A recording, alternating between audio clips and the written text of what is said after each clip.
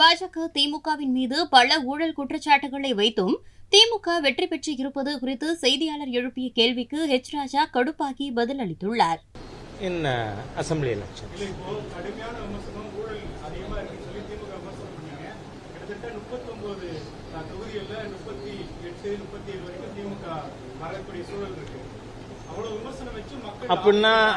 அப்படின்னா செந்தில் பாலாஜி உத்தமராயிட்டாருன்னு நீங்க சொல்ல வரீங்களா? அதுதான் சொல்ல வந்தேன்னா, successful leader need not be effective அப்படின்னு மேனேஜ்மெண்ட்ல ஒரு மேக்சிமம் உண்டு. அதனால வெற்றி பெற்றிருந்தாலும் கூட துரைமுருகன் மட்டுமே 60,000 கோடின்னு நான் சொல்லலை. அது குடியாத்தம் குமரனா?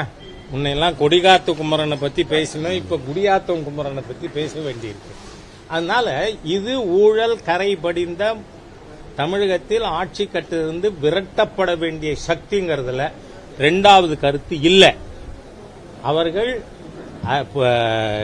எலெக்ஷன் அரித்மெட்டிக், திராவிட முன்னேற்ற கழக எதிர்ப்பு ஓட்டுகள் பிரிந்திருக்கின்ற காரணத்தினால tactically they could have one.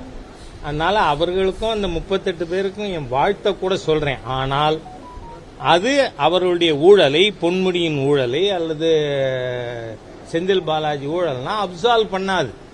ஆகவே லெட் அஸ் வெயிட்.